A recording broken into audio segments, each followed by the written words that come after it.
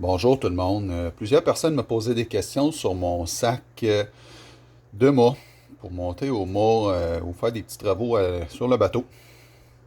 Alors l'idée c'est un peu comme les poches à outils d'électricien ou sur la construction. Par contre, nous autres, le problème qu'on a lorsqu'on monte au mât, c'est qu'on veut avoir les choses à l'intérieur de la poche et non à l'extérieur de la poche pour éviter qu'il tombe en bas, brise de quoi ou blesse quelqu'un. Alors, j'ai pensé à un petit sac dans ce format-là qu'on avait déjà pour d'autres utilisations que j'ai seulement adapté finalement le principe. Alors, le sac est fait tout en voile recyclée. Normalement, j'essaie d'utiliser de la voile le plus épaisse possible pour la meilleure durabilité, vu qu'il va contenir des outils, souvent des choses qui peuvent briser ou percer le tissu plus fin. Alors, on commence avec une bandoulière qui va aller tout le tour de la taille, en nylon, tressé, avec une attache rapide et un anneau de serrage. Tout ça va faire que vous allez pouvoir vous l'ajouter à votre taille puis au confort que vous aimez.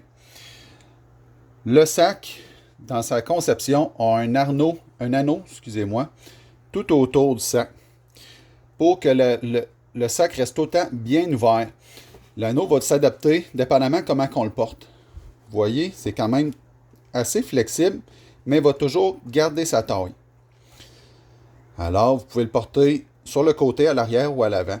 Lorsqu'on va monter au mât, généralement, on va le porter à l'arrière pour éviter qu'il nous gêne, surtout si on a un automonteur comme moi, ou si vous grimpez tout simplement. Si quelqu'un vous hisse, c'est un peu moins compliqué de le porter sur le côté.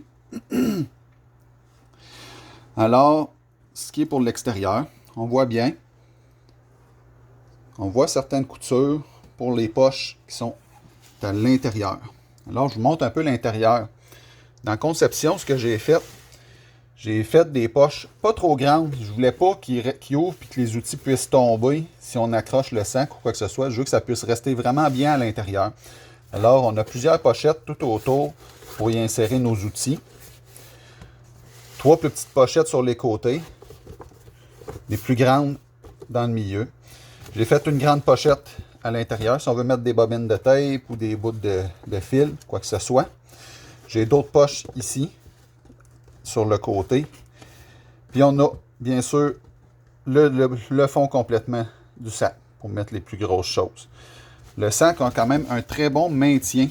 Il va tenir normalement très bien ouvert. Le fond aussi est solide. Alors, il n'y a pas de danger d'échapper ou que quelque chose le perce. Alors, c'est cela. Si vous avez d'autres questions, gênez-vous pas à m'appeler.